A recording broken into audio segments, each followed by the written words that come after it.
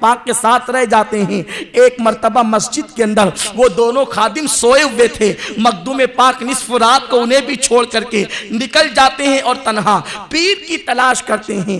آپ اندازہ لگائیں اللہ والے پیر کے حوالے سے کتنے حساس ہوا کرتے تھے۔ وہ ہماری طرح اس گلی کوچوں میں گھوم کر کے مریدین کو تلاش کرنے والوں کے ہاتھ میں ہاتھ نہیں دے دیتے تھے، اس لیے کہ وہ جانتے تھے کہ جو پیر ہوتا ہے وہ دل کا کنیکشن مدینے کے تاجدار سے ملا دیتا ہے، وہ دل کا کنیکشن مدینے کے تاجدار سے جوڑ دیتا ہے۔ پیر وہی ہوتا ہے جو انسان کو اللہ کے در تک پہنچا دے۔ پیر روشن ضمیر ہوتا ہے۔ حضرت مخدوم سمنا اپنے پیر کو تلاش کرتے کرتے 2 سال کا مشکل والا سفر طے کرتے ہیں، 2 سال کا مشقتوں والا سفر طے کرتے ہیں، اور آپ سمنان سے نکل کر کے پنڈوا کی سرزمین پر تشریف لے جاتے ہیں۔ پنڈوا کی سرزمین پر حضرت علاؤلک پنڈوی رحمت اللہ تعالی علیہ جو گنج نبات کہلاتے ہیں، اللہ کے ایسے جلیل القدر بزرگ تھے، اللہ کے ایسے جلیل القدر ولی تھے جن کا سلسلہ نسب حضرت سیدنا سیف اللہ خالد بن ولید سے جا کر کے ملتا ہے۔ مورخین نے ان کا سلسلہ نسب حضرت خالد بن ولید تک کے بیان فرمایا ہے۔ آپ اندازہ لگائیں جس کو تلاش کرتے کرتے وقت کا تاجدار ولایت کا ڈھونڈ رہا ہو جسے، اس پیر کا عالم کیا ہوگا، اس ولی کی شان و شوکت کیسی ہوگی۔ اور اس کے بعد پھر حضرت سیدنا علاؤلک پنڈوی رحمت اللہ تعالی علیہ ایک دن دوپہر کے بعد قیلولہ فرما رہے تھے، اچانک خواب سے بیدار ہوتے ہیں اور فرماتے ہیں یار کی خوشبو آتی ہے، دوست کی خوشبو آتی ہے، کوئی سید آ رہا ہے، اس کا استقبال کرنا چاہیے۔ اور اس کے بعد حضرت مخدوم پاک کے استقبال کے لیے جناب علاؤلک پنڈوی رحمت اللہ تعالی علیہ 1 کوس کا سفر طے فرماتے ہیں، اور شہر کے باہر نکل کر، پنڈوا کے باہر نکل کر آپ ایک درخت کے نیچے ٹھہر جاتے ہیں، اور پھر لوگوں کو آتے دیکھا تو پوچھا ان میں کون آ رہا ہے، تو کہا جاتا ہے ایک حسینی سید ہے جس کی خوبصورتی کا عالم یہ ہے اور جس کے ہونٹوں کو پان کی سرخی نے لال کر دیا ہے، ایسا خوبصورت نوجوان ہے، اپنا نام محمد اشرف بتاتا ہے اور اپنی مراد و مطلوب آپ کا نام پیش کرتا ہے۔ حضرت علاؤلک پنڈوی علیہ رحمہ فرماتے ہیں اتنے دن سے اسی کا تو انتظار تھا، امانتوں کا امین آ رہا ہے، حقدار آ رہا ہے، اور بڑھ کر کے استقبال فرماتے ہیں۔ اس کے بعد حضرت مخدوم پاک سیدنا مخدوم اشرف جہانگیر سمنانی کو مرید فرماتے ہیں۔ اس دور میں جو بھی مروجہ طریقہ رہا ہو بیعت کا، بیعت فرماتے ہیں، اور مرید کرنے کے بعد فرماتے ہیں آئے خوب آئے، سن لو اللہ تبارک و تعالی آپ کے ذریعے سے بہتوں کو ہدایت عطا فرمائے گا۔ اس کے بعد آپ ایک دسترخوان بچھاتے ہیں، اور دسترخوان بچھانے کے بعد اپنے ہاتھوں سے مخدوم پاک کو چند لقمے کھلاتے ہیں۔ سارے مریدین کو دیکھا، چند لقمے مخدوم پاک کے منہ میں حضرت علاؤلک پنڈوی ڈالتے ہیں، اور پھر لوگ حیرت زدہ ہو جاتے ہیں۔ اب تک اپنے اور پرائے پر اتنی شفقت تو کبھی نہ دیکھی تھی، مگر یہ کیا منظر ہے، یہ کیا ماجرا ہے۔ آنے والا آیا اور بالکل تھوڑے ہی وقفے کے اندر اجنبیت تبدیل ہو گئی، اجنبیت معرفت میں تبدیل ہو گئی۔ ثناشائی کا عالم یہ ہے کہ پیر اپنے ہاتھوں سے مرید کو کھانا کھلا رہا ہے، چند لقمے منہ میں پڑے، اور اس کے بعد سب لوگوں کو حکم دیا گیا دسترخوان سے کھانا شروع کرو۔ سارے مرید کھانا کھا رہے تھے اور مخدوم پاک اپنے پیر کے چہرے کو دیکھ رہے تھے۔ پیر و مرشد نے کہا بیٹے تم بھی کھا لو۔ حضرت مخدوم پاک رضی اللہ تعالیٰ عنہ پیر کی زیارت میں مصروف ہیں، پیر کے چہرے کو دیکھ رہے ہیں۔ لوگوں نے سوال کیا حضور آخر اس سید پر اتنی شفقتیں کیوں ہیں؟ برسوں سے لوگ خانقاہ میں موجود ہیں، کوئی لکڑیوں کا گٹھا اٹھا کر کے لاتا ہے، کوئی پانی کے کنویں پر لوگوں کو پانی بھر بھر کے دیتا ہے۔ یہ آیا اور آنے کے بعد اس کو فوراً مرید بھی کر لیا گیا، خلافت بھی عطا کر دی گئی، سارے تبرکات بھی دے دیے گئے۔ اس کی خصوصیت کیا ہے، خاصیت کیا ہے؟ حضرت مخدوم پاک کے پیر و مرشد فرماتے ہیں جب یہ میرے پاس آئے بھی نہیں تھے میں نے ابو العباس حضرت حضرت خضر علیہ السلام کو دیکھا کہ یہ ان کی تعریف میں اتنا مبالغہ کرتے تھے، اتنا مبالغہ کرتے تھے، تو جس کی تعریف میں رطب اللسان خود ابو العباس خضر علیہ السلام ہو، اس شخص کے مقام و مرتبے کو کون پہچان سکتا ہے؟ جس کی تعریف خضر کرتا ہو وہ سید اشرف جہانگیر ہے۔ اور یہ فرمانے کے بعد آپ حضرت مخدوم پاک رضی اللہ تعالیٰ کی تعریف فرماتے ہیں، یہ شخص اپنے دور کے تمام اولیاء میں سب سے اشرف ہوگا، سب سے افضل و اعلیٰ ہوگا۔ میرے پیارے آقا صلی اللہ علیہ وسلم کے پیارے دیوانوں، اور پھر جو تربیت کرنی تھی تربیت فرمائی، اور پھر فرمایا بیٹے جاؤ اب کے چوچا کی سرزمین پر جا کر کے اس سرزمین کو آباد کرو، اسلام کی اشاعت کرو۔ حضرت سیدنا مخدوم پاک رضی اللہ تعالیٰ عنہ پنڈوا سے نکل کر کے اپنے چند احباب کے ساتھ کے چوچا مقدسہ کا رخ کرتے ہیں۔ آپ کی عادت کریمہ تھی، جہاں بھی آپ قیام فرماتے تھے، جہاں بھی آپ قیام کرتے تھے تو آپ اپنے سواری کے جانوروں کو مسجد کے صحن میں باندھا کرتے تھے۔ میرے پیارے آقا صلی اللہ علیہ وسلم کے پیارے دیوانوں، آج ہمارے لیے ایک بہت بڑے سبق کی بات ہے، ہمارے لیے ایک بہت بڑی عبرت کی بات ہے۔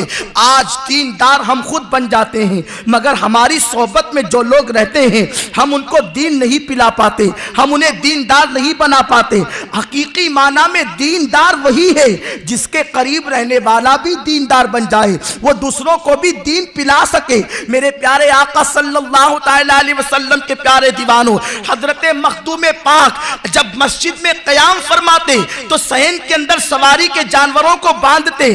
ایک دن چند ظاہر بین لوگ آئے اور آنے کے بعد انہوں نے دل کے اندر ایک دوسرے سے دل کے اندر اعتراض کرنا شروع کیا، دل میں سوچنا شروع کیا اور عجیب عجیب سوچ میں مبتلا ہو گئے۔ اتنے بڑے ولی کہلاتے ہیں، اتنے بڑے بزرگ کہلاتے ہیں، اس کے باوجود مسجد کی تعظیم انہیں نہیں معلوم، مسجد کا احترام نہیں معلوم، مسجد کے اندر سواری کے جانور باندھتے ہیں۔ ابھی یہ سوچ ہی رہے تھے کہ انہوں نے کیا منظر دیکھا۔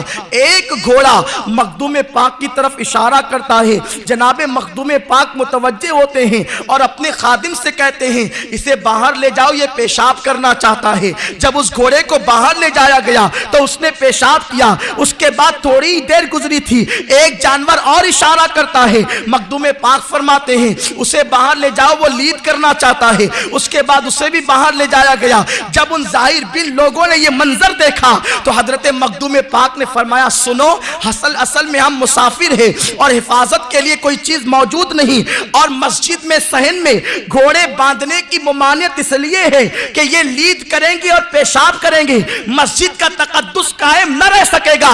سنو، ہم نے اپنے سواری کے جانوروں کی ایسی تربیت کی ہے جتنا تم مسجد کی تعظیم نہیں جانتے، اس سے زیادہ یہ مسجد کی تعظیم جانتے ہیں۔ اور جب یہ علت ختم ہو گئی اس لیے ہم نے صحن میں گھوڑے باندھے۔ آپ اندازہ لگائیں، مخدوم پاک کی صحبت میں رہنے والا گھوڑا مسجد کی اتنی تعظیم سیکھ لے، اور آج ہم ان کے نام لیوا ہیں، ان کے نام کی مالا بھی جپتے ہیں، ان سے محبت کا اظہار بھی کرتے ہیں۔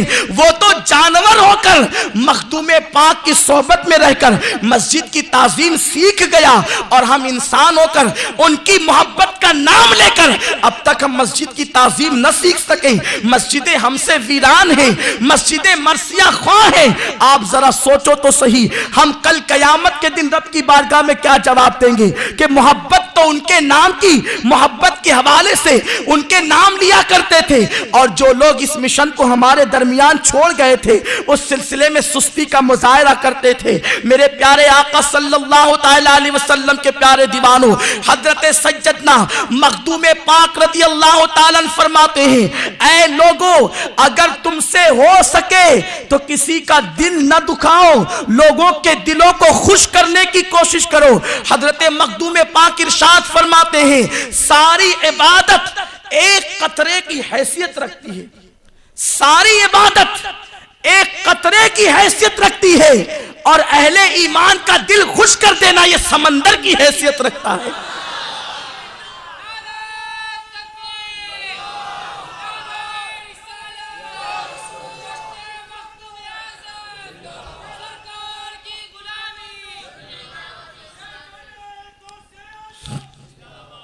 سرکار مخدوم پاک کی تعلیمات کو پڑھو، دو جملوں کے اندر کیسے معاشرے کی اصلاح فرما دی۔ آج ایک پڑوسی دوسرے پڑوسی کا دل دکھا رہا ہے، ایک بھائی چند روپیوں کے لیے دوسرے بھائی کو تکلیف پہنچا رہا ہے، کبھی کبھی تو قتل کرتا نظر آتا ہے، کبھی کبھی تو خون کا پیاسا نظر آتا ہے۔ اگر کہیں جاؤ تو سننے میں آتا ہے دو بھائی ہے، وراثت کا معاملہ ہے، ایک بھائی نے دوسرے بھائی پر کیس کر دیا ہے۔ آپ ذرا سوچو تو صحیح، جب ایک بھائی دوسرے بھائی پہ کیس کرتا ہوگا تو اس بھائی کے دل کو تکلیف نہیں پہنچتی ہوگی، اس کا دل نہ دکھتا ہوگا۔ مومن کا دل خوش کرنا یہ کتنے بڑے اجر کی بات ہے، کتنی عظیم عبادت ہے۔ یہ حضرت مخدوم پاک سے پوچھو، ایک جملے کے اندر اس کی اہمیت کو واضح فرمایا۔ ساری عبادت قطرے کی حیثیت رکھتی ہے، اور مومن کا دل خوش کرنا یہ دریا کی حیثیت رکھتا ہے، سمندر کی حیثیت رکھتا ہے۔ تو میرے پیارے آقا صلی اللہ تعالی علیہ وسلم کے پیارے دیوانوں، اپنی ذات سے کسی کا دل نہ دکھاؤ، اپنی ذات سے کسی کو دل کو تکلیف نہ پہنچاؤ۔ اللہ کے پیارے حبیب صلی اللہ تعالی علیہ وسلم یہی تو فرماتے ہیں، جس نے کسی مسلمان کے دل کو تکلیف پہنچائی گویا اس نے میرے دل کو تکلیف پہنچائی، اور جس نے مجھے تکلیف پہنچائی گویا اس نے اللہ کو اذیت پہنچائی۔ اسی لیے تو امام اہل سنت حضرت سیدنا اعلیٰ حضرت امام احمد رضا خان محدث بریلوی علیہ رحمت و رضوان فرماتے ہیں، کسی سنی کو بے وقوف بھی مت کہو، کسی سنی کو بے وقوف کہنا بھی حرام ہے۔ لوگوں نے سوال کیا، اے امام ایک چھوٹا سا جملہ بے وقوف ہے اور آپ فرماتے ہیں کہ کسی سنی یا مسلمان کو بے وقوف کہنا حرام ہے۔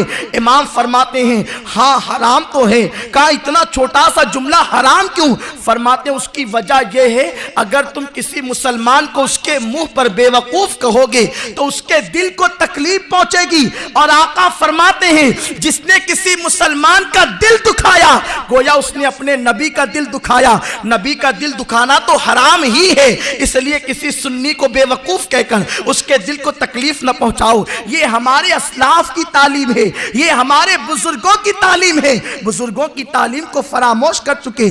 اور آؤ آپ کو بتاؤں، حضرت سیدنا مخدوم اشرف جہانگیر سمنانی رحمت اللہ تعالی علیہ فرماتے ہیں، اگر کوئی تمہارے پاس آئے اور آ کر کہے کہ تم اس کی مدد کرو، تم اس کی امداد کرو، اگر تم اس کی امداد کے لیے چند قدم چل سکتے ہو تو چلو، اس لیے کہ کسی مسلمان کی مدد کے لیے چند قدم چلنا یہ اپنے وجود پر جہنم کی آگ کو حرام کرنا ہے، اپنے وجود کو جہنم سے بچانا ہے۔ اور فرماتے ہیں جب تم کسی کا کام کرنے کی طاقت رکھتے ہو تو مسلمانوں کے کام کرتے جاؤ، اس لیے کہ جب تم کسی مسلمان کے کام کے لیے نکلو گے تو یہ تمہارا بھی کام نہیں ہے اور اس کا بھی کام نہیں ہے، گویا یہ تو اللہ کا کام ہے۔ تم اپنے گھر سے کسی مسلمان کے مقصد کی تکمیل کے لیے، اس کے کام کے کرنے کے لیے نکلے تو گویا تم اللہ کے کام کے لیے نکلے، تم رب کے کام کے لیے نکلے۔ اور فرماتے ہیں کہ اللہ کے رسول صلی اللہ علیہ وسلم کی میں نے حدیث پاک پڑھی، حضرت مخدوم پاک فرماتے ہیں کہ میں نے رسول پاک کی حدیث پاک پڑھی کہ اگر کوئی شخص میرے پاس آئے، اور یہاں تک آقا نے فرمایا اگر کوئی ذمی کافر میرے پاس آئے اور آ کر کہے کہ ابو جہل سے میرا فلاں کام ہے اور وہ آپ کے ذریعے سے ہو سکتا ہے، تو آقا نے فرمایا میں ننگے پیر ابو جہل کے دروازے پر جاؤں اور اس کا کام کروا دوں۔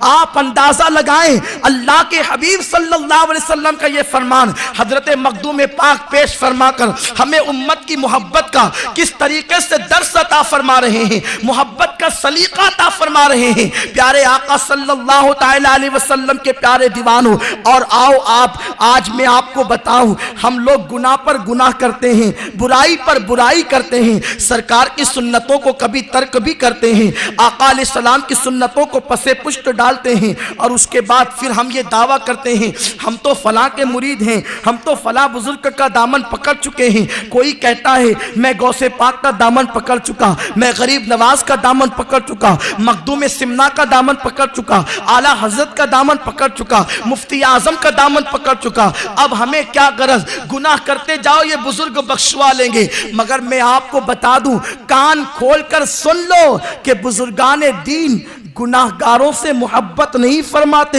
گناہ سے انہیں بے پناہ نفرت ہے۔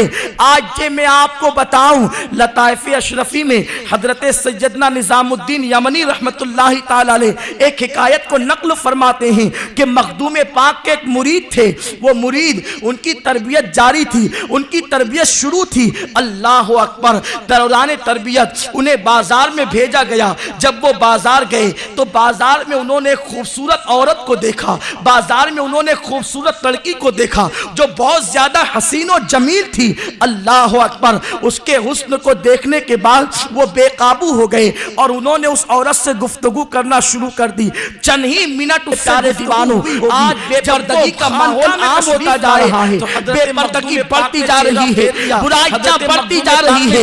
اللہ اور اس کے گناہوں کے ماحول نے آج اس حد تک کہ ہمیں گرا دیا ہے کہ معاذ اللہ بے پردگی کی وجہ سے ہونے کے لائق نہیں ہے، اس لیے آج لڑکیاں لڑکوں سے دوستی کر رہی ہے اور نتیجہ یہ ہے معاذ اللہ رب العالمین کہ ہماری خانقاہ میں نہیں رکھ سکتا، گھر سے نکل کر جاری کرتا رہا، غیرت کا جنازہ نکل رہا ہے۔ میرے پیارے آقا صلی اللہ علیہ وسلم کے پیارے دیوانوں، پھسل جائے ہمارے ماحول کے اندر ہماری خانقاہ میں رہنے کے لائق نہیں اور بزرگ تشریف لے آتا ہے اور کسی کو پوچھنا چاہتا ہوں، اے سرکار صلی اللہ علیہ وسلم کے دیوانوں، اے مخدوم پاک کا جشن منانے والوں، شاید کوئی مرد ایسی ہمت نہ کرتا تھا، ایسی جرأت نہ کرتا تھا، مگر یہاں اگر مخدوم پاک کا مرید چند منٹ تک بات کرنے اس کے حسن کو دیکھ کر کے تو مخدوم اسے خانقاہ سے نکال دے، مجھ سے دور نہ ہو جائے۔ کیفیت یہ ہے اور ان بزرگوں کا عالم یہ تھا،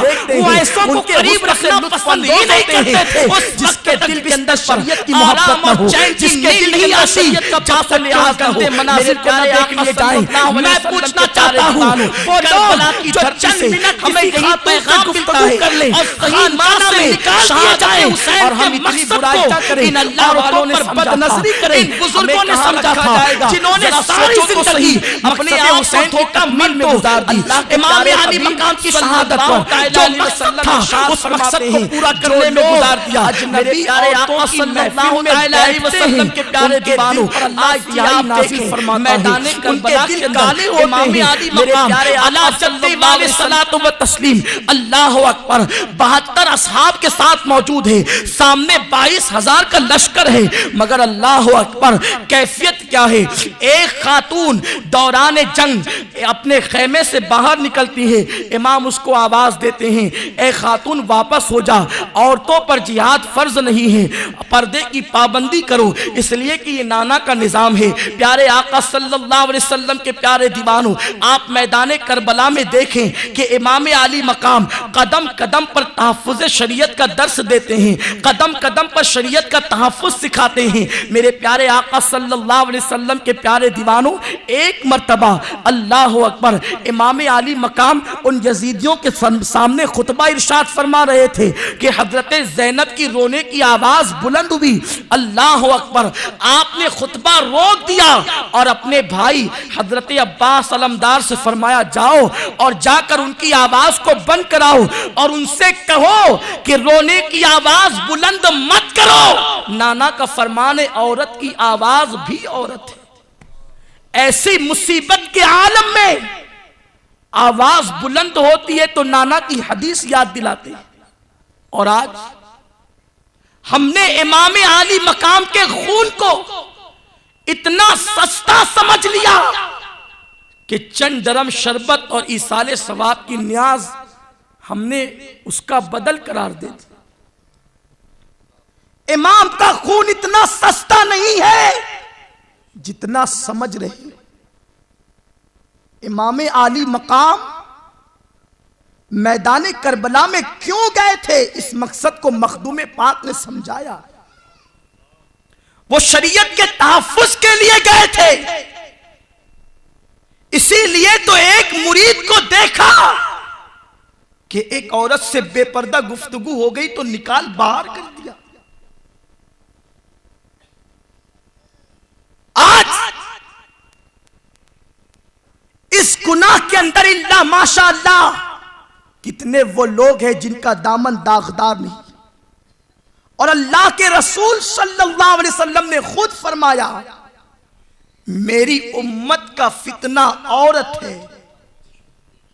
اور کسی انگریز دانشور نے یہی بات تو کہی تھی کہ مسلمانوں کو میدان جہاد میں ہم شکست نہیں دے سکتے. اگر انہیں شکست دینا ہے یا تو شراب کا عادی بنا دو یا تو شباب کا دیوانہ بنا دو. جب یہ شراب و شباب میں مست ہوں گے تو پھر کبھی یہ ہمارے مد مقابل آ ہی نہیں سکتے. اور دنیا جانتی ہے جس دل کے اندر کسی دنیاوی حسن کو جگہ مل گئی اس دل میں حسن مصطفیٰ کبھی سما ہی نہیں سکتا. اسی دل میں نبی کی محبت ہوگی جو دل دنیا کے فانی حسن سے خالی ہوگا. اور میرے پیارے آقا صلی اللہ تعالی علیہ وسلم کے پیارے دیوانوں، آج عورتیں بہت زیادہ بے باک ہو رہی ہے بے پردگی کے معاملے میں. اللہ اکبر. امام علی مقام کا کردار کربلا میں مردوں کے لیے اسوہ حسنہ ہے اور عورتوں کے لیے سیدہ زینب کا کردار، سیدہ سکینہ کا کردار، شہر بانو کا کردار، ام رباب کا کردار. جانتے ہیں آپ کہ اللہ اکبر جس وقت دمشق شہر میں اہل بیت کا قافلہ گھمایا جا رہا تھا اور امام حسین کا سر نیزے پر تھا، ایک صحابی نے خاندان نبوت کے ساتھ یہ سلوک دیکھا تو قریب ایک ننھی سی بچی تھی جن کا نام سکینہ تھا. ان کے قریب گئے، فرمایا، عرض کیا بیٹی اگر میں تمہاری کوئی خدمت کر سکتا ہوں تو آپ فرمائیں، میں تمہارے نانا جان کا غلام ہوں. سیدہ سکینہ فرماتی ہیں اگر آپ کچھ کر سکتے ہیں تو اتنا ضرور کر دیں کہ جو شہداء کے سر ہیں اس کو بہت آگے بڑھا دیں، یہ بہت اس کو دور کر دیں. لوگوں نے عرض کیا کہ یہ شہداء کے سر تمہارے باپ، تمہارے چچا اور تمہارے بھائیوں کے سر ہیں، اس کو آپ کیوں دور کروانا چاہتے؟ تمہارے لیے تو تسلی کو کافی ہے کہ آگے آگے باپ کا سر چلے، تم نگاہوں سے اس سر کو دور کیوں کروانا چاہتی ہو؟ فرماتی ہیں کہ یہ سر قریب ہے، لوگوں کی نگاہ سر پہ اٹھتی ہے تو ہمارے چہرے پر بھی پڑتی ہے. میں یہ چاہتی ہوں یہ سر اتنے دور کیے جائیں کہ لوگ سر دیکھنے میں مصروف رہے اور کسی کی نظر ہمارے چہروں پر نہ پڑے. ایسی مجبوری کے عالم میں خاندان نبوت کی عورتوں کا کردار یہ تھا. اور آج ہمارا کیا حال ہے؟ ہم اہل بیت کی محبت کا دعویٰ بھی کریں، رسول پاک کی محبت کا دعویٰ بھی کریں اور وہ سارے کام کریں جو یزید کرتا تھا الا ماشاءاللہ. آپ دیکھیں یزید کا کردار کیا تھا، یزید کا کیریکٹر کیا تھا. صرف 10 دن محفل حسین سجا کر ہم امام کی بارگاہ میں خراج عقیدت ہی نہیں پیش کر سکتے. ان کی روح اس وقت خوش ہوگی جب شہادت حسین کو ہم سمجھنے کی کوشش کریں گے، مقصد امام کو سمجھنے کی کوشش کریں گے. یزید وہ پہلا مردود انسان ہے امت محمدیہ میں جس نے شراب کی حرمت کے بعد علل اعلان شراب پیا. شراب کی حرمت کے بعد علل اعلان شراب پینے کی جرات کسی نے نہیں کی. یزید نے علل اعلان شراب کو رواج دینا چاہا. یزید وہ انسان ہے جس نے اپنے دربار میں باضابطہ طور پر مجرا سننے کے لیے لڑکیوں کو رکھا. یزید بندر نچاتا اور بانسری بجاتا تھا. یزید نے میوزک کو رواج دینے کی کوشش کی تھی. یزید کھالا، پھوپھی اور سوتیلی ماں کے ساتھ نکاح کو روا رکھتا تھا. یزید اللہ اکبر. بعض مورخین نے یہ بھی لکھا ہے کہ وہ سب سے پہلا انسان ہے جس نے داڑھی کٹائی. میرے پیارے آقا صلی اللہ تعالی علیہ وسلم کے پیارے دیوانوں، یزید لڑکوں کے ساتھ بدفعلی کرتا. یزید معاذ اللہ زنا کے حوالے سے اتنا بے باک تھا کہ کبھی کبھی اس کے دربار میں ایسی واردات ہو جاتی اور اس کو بہت ہلکا سمجھا جاتا. یہ کیریکٹر اور کردار یزید کا تھا.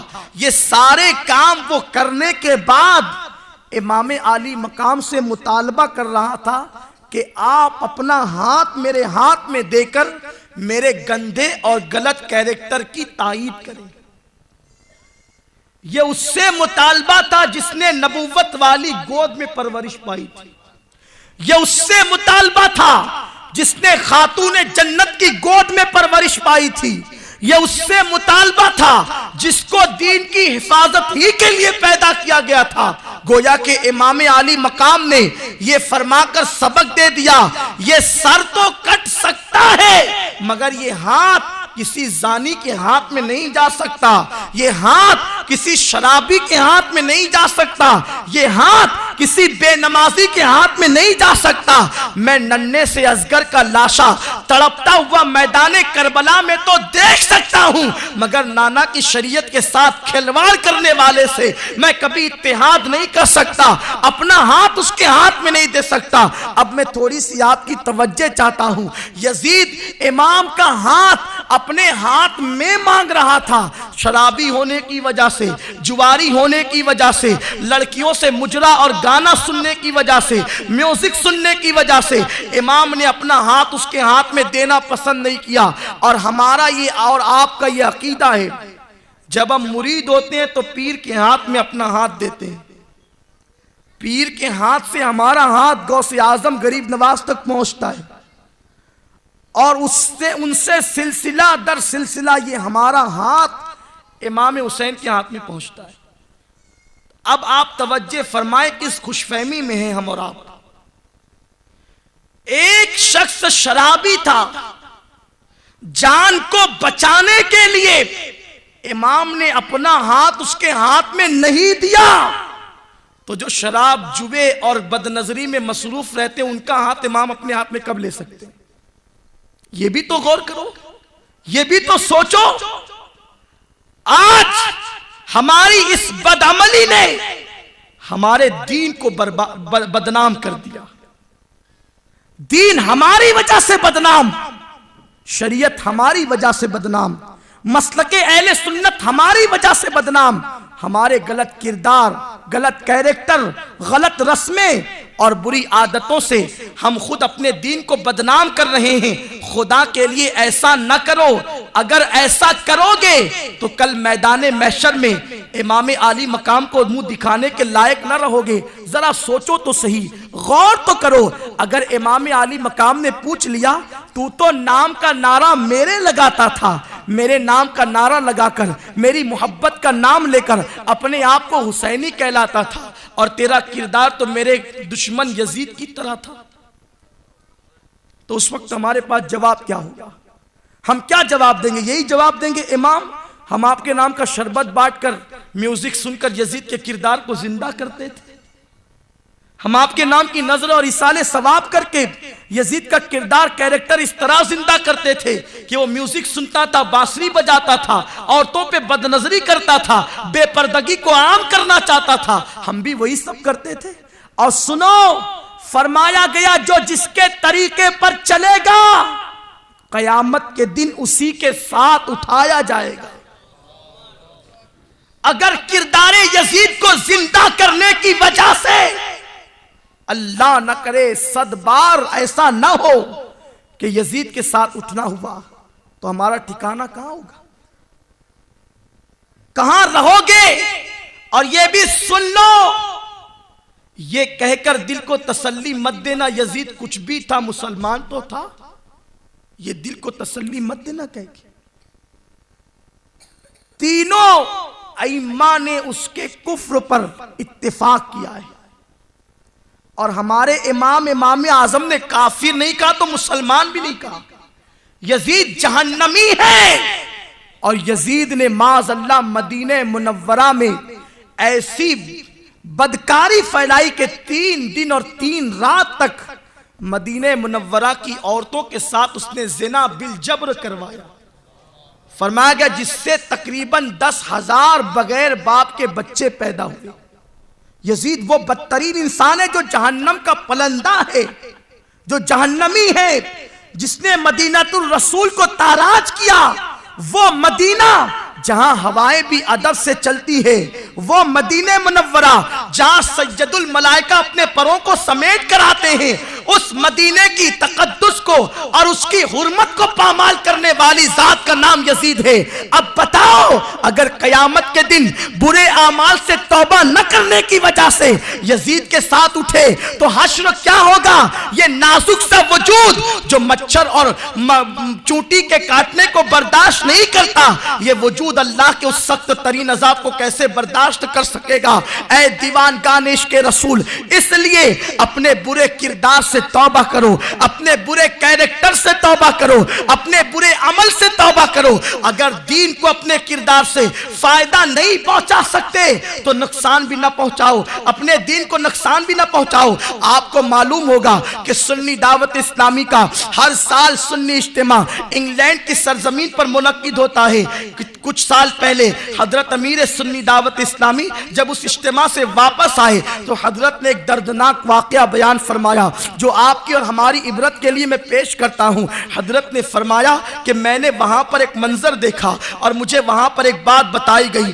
بات یہ تھی کہ سیرت کی کتابوں کو پڑھ کر اور صحابہ کی استقامت کو پڑھ کر ایک عیسائی نوجوان مسلمان ہوا۔ ایک عیسائی نوجوان نے اسلام کا کلمہ پڑھا اور اسلام کا کلمہ پڑھ لینے کے بعد جب وہ گھر پہنچا تو ماں باپ نے کہا کہ تو مسلمان ہو چکا ہے، مسلمان کے لیے اس گھر کے اندر کوئی جگہ نہیں، اس لیے ہم تیرے لیے کوئی جگہ نہیں رکھ سکتے، یہاں سے چلا جا۔ وہ وہاں سے نکلا، اس نے صحابہ کی استقامت کو پڑھا تھا، سیدنا بلال کی استقامت کو پڑھا تھا اور صحابہ پر ہونے والے ظلم کی داستان اس نے پڑھنے کے بعد اپنے آپ کو اتنا مضبوط کر لیا تھا، کچھ بھی ہو جائے اسلام کا دامن نہیں چھوڑوں گا، ہر تکلیف برداشت کروں گا، ہر مصیبت برداشت کروں گا، ہر درد برداشت کروں گا، ہر غم برداشت کروں گا، مگر اب دامن رسالت میرے ہاتھوں سے نہ چھوٹے گا، دین کا دامن نہیں چھوڑوں گا۔ اور پھر اس کے بعد وہ گھر سے نکلا، ماں باپ کو چھوڑ کر اور ایک کمپنی میں آیا اور آنے کے بعد ساری داستان بتائی کہ میں مسلمان ہو چکا ہوں اور مجھے گھر سے نکال دیا گیا، اگر مجھے یہاں پر جاب مل جائے تو میں اپنی زندگی کو اچھے سے گزار سکتا ہوں اور چند دنوں کے بعد پھر میں خود ایک مکان خرید لوں گا اور وہاں پر رہ سکتا ہوں۔ اب اسے کمپنی کے اندر جاب دے دیا گیا، مسلمانوں کی وہ کمپنی تھی، وہاں پر اسے رکھ لیا گیا اور پھر کیا تھا، چند دن اس نے کمپنی میں کام کیے، وہ دیکھتا اذان ہوتی مسلمان ہنسی مذاق ٹھٹا بازی کرتے، اذان کی کوئی تعظیم نہیں، اذان کا کوئی احترام نہیں، حالانکہ فرمایا گیا جو اذان کو سن کر بے توجہی کرے، اذان کا جواب نہ دے، اس کی تعظیم نہ کرے، اگر وہ مرے گا تو ڈر ہے کہ اس کا خاتمہ کفر پر ہوگا۔ وہاں اذان کے وقت تو ہنسی مذاق ٹھٹا بازی، اس کو تعجب تھا یہ ساری چیزیں دیکھ کر، اور پھر نماز کا کوئی اہتمام نہیں، یہ اکیلا جاتا نماز پڑھاتا۔ ایک دن اس کے پاس کمپنی کے نوجوان لڑکے آئے جو مسلمان باپ کے گھر میں پیدا ہوئے تھے، وہ پیدائشی مسلمان تھے، ان کو اسلام کے حصول کے لیے کوئی قربانی نہیں دینی پڑی تھی۔ آئے اور آ کر کے کہا یار تم تو پہلے عیسائی تھے سنائے، اس نے کہا ہاں مگر الحمدللہ اب میں مسلمان ہوں۔ تو کہا ہم نے سنا ہے تم عیسائی تھے، تو ظاہر سی بات ہے تم سیٹرڈے نائٹ منانے کے لیے کسی کلب میں تو پہلے جاتے ہی ہوں گے، کیا تم یہ بتا سکتے ہو کہ زیادہ خوبصورت لڑکیاں اور عیاشی کا سامان فراہم کرنے والی کلب کون سی ہے؟ کہاں جا کر ہمیں زیادہ اپنے دل کی خواہشات نکالنے کا موقع ملے گا اور خوبصورت لڑکیاں کہاں زیادہ ملے گی؟ اس نے کہا ارے یہ ساری چیزیں تو اسلام میں حرام ہیں، تم یہ بات کیسے کر رہے ہو؟ انہوں نے کہا چھوڑ یار کیا پرانے دور کی بات کرتا ہے، چل جوانی تو عیش کے لیے ہے، وہاں چل کے عیش کریں گے، یہ مولویوں والی بات نہ کر۔ اور پھر اسے خوب ورگلایا، وہ کوئی مفتی اور کوئی ولی تو تھا نہیں کہ لوگوں کے ہر سوال کا جواب دیتا انہیں خاموش کرتا، وہ نو مسلم تھا۔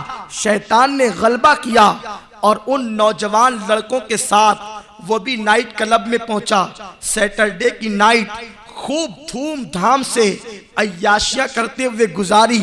جب صبح ہوئی یہ لڑکے شراب کے نشے میں اپنے گھر کو چلے اور یہ شراب کے نشے میں اپنے گھر کو چلا. جب پیر کے دن وہ کمپنی میں نہیں آیا تو مینیجر نے فون کر کے کہا یار تم کہاں ہو؟ اس نے کہا خبردار اب مجھے فون مت کرنا، میں اپنے گھر پہ عیسائی ہو کر واپس آ چکا ہوں.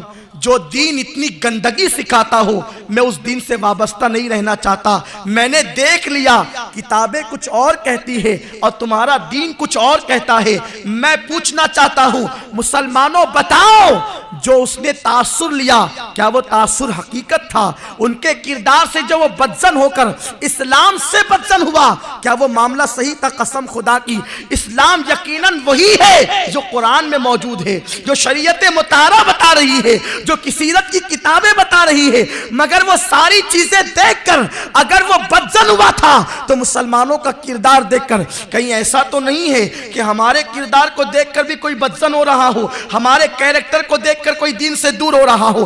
ہندوستان کی سرزمین پر مسلمان بنانا جتنا آسان ہے اتنا آسان کسی اور زمین پر نہیں ہے. اس لیے کہ نبی اکرم صلی اللہ علیہ وسلم کی 23 سالہ زندگی کے اندر کم و بیش 1,24,000 مسلمان نظر آتے ہیں اور ہندوستان کی سرزمین پر ایک معین الدین 90 لاکھ کو کلمہ پڑھاتے نظر آتے ہیں. وجہ کیا ہے؟ وہاں کی زمین سخت ہے، وہاں کے لوگ اسلام کی طرف آنے میں تحمل کرتے ہیں. یہاں کی زمین نرم ہے، یہاں کے لوگوں کے دل نرم ہے. تھوڑی سی محنت پر بہت سارا کام ہو سکتا ہے.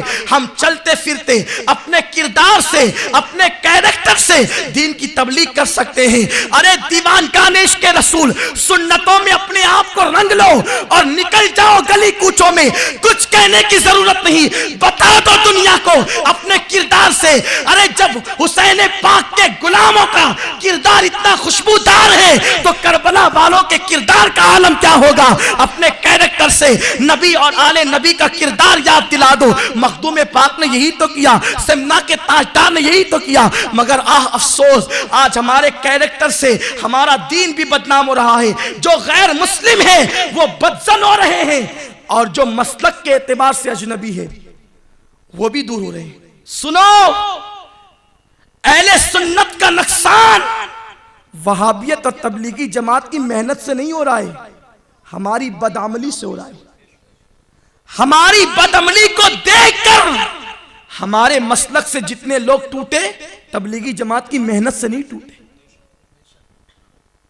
کہاں جا رہے ہو؟ کس رستے پہ چل پڑے ہو؟ سن لو، مخدوم پاک، غوث پاک اور خواجہ اعظم کے مشن کو ہر گھر تک پہنچانے کا نام سنی دعوت اسلامی. سنی دعوت اسلامی آپ کو اسی طرف لے جانا چاہتی. آپ دیکھیں، میں آپ سے پوچھتا ہوں، برا نہیں مانے اور بڑی ذمہ داری سے کہتا ہوں، جس حسین پاک کے نام پہ تم ڈھول بجاتے وہ میرے دادا ہیں. اپنے باپ کی برسی پہ کبھی ڈھول بجایا؟ جو ڈھول بجاتے میں ان سے پوچھتا ہوں کہ وہ اپنے باپ کی برسی پہ ڈھول بھی بجاتے؟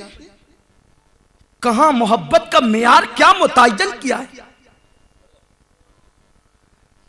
اگر کوئی یہ کہہ دے کہ سنی دعوت اسلامی کے مبلغین اہل بیت کی توہین کرتے ہیں، سنو، بڑی ذمہ داری سے اہل بیت کے خاندان کا ایک فرد آج آپ سے مخاطب ہے. میں آپ سے گفتگو کر رہا ہوں. سنی دعوت اسلامی کی مبلغ کی حیثیت اس وقت میری بات میں ہے. پہلے میں گھرانے اہل بیت کا ایک فرد ہوں. حسین پاک میرے دادا ہیں. سنی دعوت اسلامی اہل بیت کی دشمنی نہیں سکھا سکتی. اور سنو یہ بھی کہ ہمارا خاندان ایسا نہیں کہ چلتے پھرتے سید ہو گئے. اورنگزیب علیہ رحمت و رضوان، حضرت خواجہ نظام الدین اولیاء کے خلیفہ حضرت سید شاداد ہمارے شہر میں ایک ولی ہیں.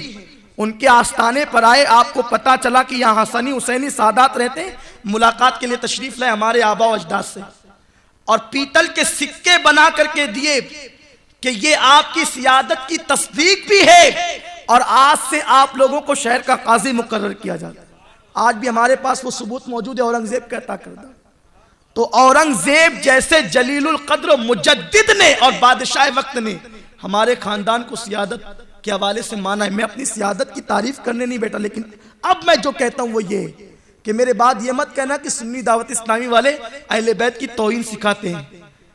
ہمارے دادا کی برسی پر عاشورہ اور 11ویں کو ڈھول بجا کر کس کا تم مذاق اڑاتے ہو؟ کبھی اپنے دادا باپ کی برسی پہ بھی ڈھول تاشے بجائے؟ گلیوں کو تم نے سجایا آراستہ کیا؟ کیا کسی کے گھر میں میت ہو اور اس کے بعد وہ میلوں ٹھیلوں میں جا کے دھکا دے گا؟ شیعوں کی طرح ماتم بجائے گا, ماتم کرے گا؟ ارے ماتم وہ کرے جن کے نزدیک حسین مر چکے ہو. ہمارا حسین تو زندہ ہے. وَلَا تَقُولُوا لِمَنْ يُقْتَلُ.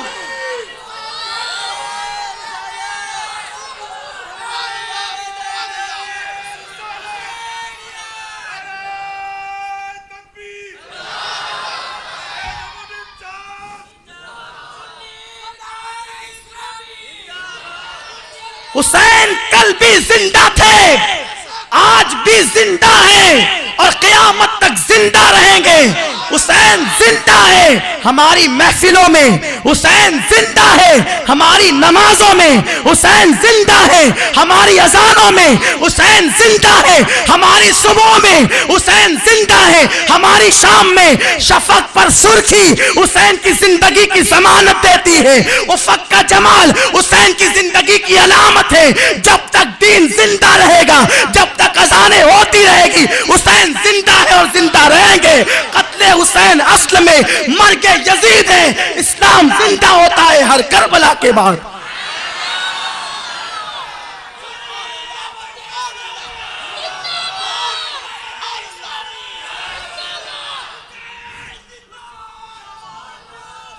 امام کے نام پر کب تک ڈھول بجے؟ اسلام میں ڈھول کی اجازت ہے. اللہ کے رسول فرماتے ہیں مجھے روئے زمین پر اس لیے بھیجا گیا کہ میں زمین سے ڈھول تاشوں کو مٹا دوں. وہ مٹانے کے لیے آئے تھے. تم ان کے اولاد کی شہادت کے دن بجاتے. پھر محبت کا دعویٰ. کیسی محبت ہے. اور یہ بھی تو دیکھو کہ شہادت حسین کے وقت کس کے گھر ڈھول بج رہی تھی؟ حسین کے گھر بج رہی تھی یا یزید کے گھر بج رہی تھی؟ وہاں تو بیویوں کا عالم یہ تھا کہ امام زین العابدین, ام رباب اور حضرت زینب تینوں کو ایک ساتھ باندھ کر اونٹ کی ننگی پیٹھ پہ ڈال دیا گیا تھا. امام پاک کی شہادت کے بعد آپ کے سارے کپڑے اتار لیے گئے اور 10 گھوڑوں سے امام کے لاشے کو کچلا گیا, روندا گیا. امام علی مقام کے لاشے کو اس قدر کچلا گیا, 10 گھوڑے استعمال کیے گئے لاشے امام کو کچلنے کے لیے. تو امام کے یہاں کب ڈھول بج رہی تھی؟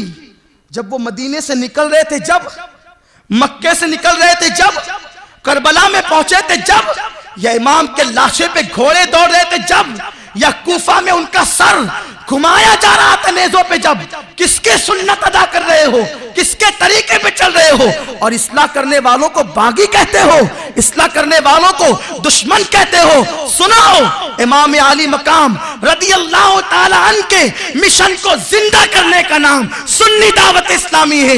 امام علی مقام کے فیضان کا نام سنی دعوت اسلامی ہے.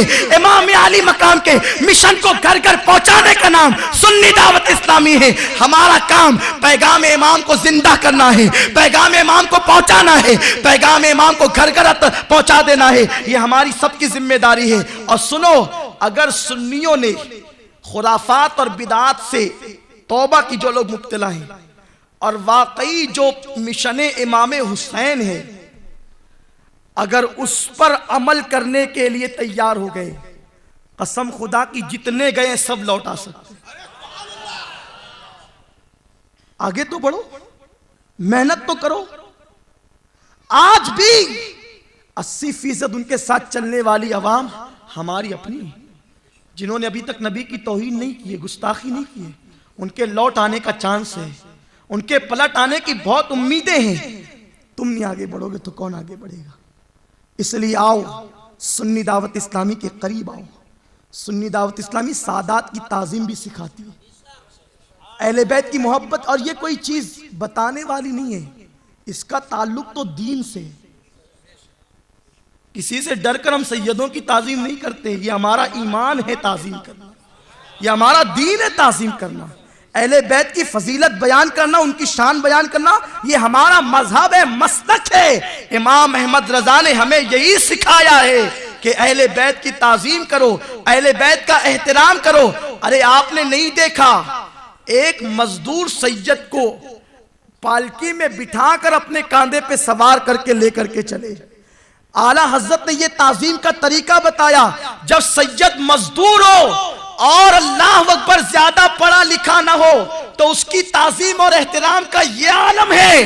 اگر اعلیٰ حضرت کے دور میں مخدوم اشرف موجود ہوتے تو کیسی تعظیم کر کے بتاتے, کیسی تعظیم کر کے دکھاتے. اور مخدوم پاک بظاہر ظاہری حیات میں تو نہ تھے, مگر ان کے معنوی فرزند کی اولاد میں حضرت سیدنا علی حسین اشرفی میاں موجود تھے. کیسی تعظیم کر کے دکھائی, کیسا احترام کر کے دکھایا. ایک مرتبہ سرکار اعلیٰ حضرت امام عشق و محبت اچانک کام کرتے کرتے کھڑے ہو گئے. کسی نے پوچھا حضور آپ ایک اہم کام میں مصروف تھے, کھڑے کیوں گئے؟ فرمایا یہاں سے ٹرین سے ایک آل رسول گزر رہے تھے, ان کی تعظیم میں کھڑا ہو گیا. وہ کون تھے؟ فرمایا وہ کچوچا کے صاحب سجادہ حضرت علی حسین اشرفی میاں تھے. اعلیٰ حضرت کی نگاہیں تھی, ٹرین میں گزرنے والے سیدوں کی بھی تعظیم کرتے تھے. تم جس کو دیکھتے اس کے آگے ہاتھ باندھتے ہو, وہ تو وہاں تک دیکھتے تھے جہاں تک تمہاری نظر بھی نہیں جاتی. اعلیٰ حضرت نے جیسی سادات کی تعظیم کی ویسی نہ کسی نے کیا اس صدی میں, نہ کر سکتا ہے. امام اہل سنت ہی نے تو کہا ہے تیری نسل پاک میں ہے بچہ بچہ نور کا, تو ہے عین نور, تیرا سب گھرانہ نور کا. اور اعلیٰ حضرت اتنی تعظیم کرتے تھے تو سادات ان کی مخالفت نہیں کرتے تھے, ان کی مخالفت کا نعرہ نہیں لگاتے تھے. سنو, حضرت علی حسین اشرفی میاں 25 صفر کو جمعہ کا وضو فرما رہے تھے. جمعہ کے وقت وضو کرتے کرتے رونے لگے, آنکھ سے آنکھ. کہا حضور بے موقع کیوں روتے ہیں؟ فرماتے میں دیکھ رہا ہوں کہ قطب الارشاد کا جنازہ فرشتے لیے جا رہے ہیں. کہا حضور کس کا جنازہ؟ کہا بریلی کے امام اہل سنت اعلیٰ حضرت اس دنیا سے پردہ فرما گئے, میں ان کا جنازہ آسمان پہ جاتے دیکھ رہا ہوں. اگر وہ آل رسول کی اتنی تعظیم کرتے تھے تو نبی کے شہزادگان وہ تو نوازنے میں بڑے سخی ہوتے ہیں. کوئی ان کو قطرہ دیتا ہے تو وہ دریا عطا کرتے ہیں. سخاوت تو گھرانے سے ملی ہے, وراثت میں ملی ہے. امام نے یہ تعظیم کر کے دکھائی. اور علی حسین اشرفی میاں رحمت اللہ تعالیٰ کو قطب الارشاد فرما رہے ہیں اور آسمان کی طرف جنازہ لیا جا رہا ہے, اس کی خبر دے رہے ہیں. ابھی کوئی فون نہیں آیا, کوئی تار نہیں آیا, کوئی خبر نہیں ہوئی, اور آپ فرما رہے قطب الارشاد کا جنازہ فرشتے لیے جا رہے ہیں. تو یہ انداز ہونا چاہیے. سادات نائبین رسول علماء کی اس طرح تعظیم کریں, اور علماء تو الحمدللہ اپنا حق ادا کرتے ہیں. جو دیکھ رہے ہیں آپ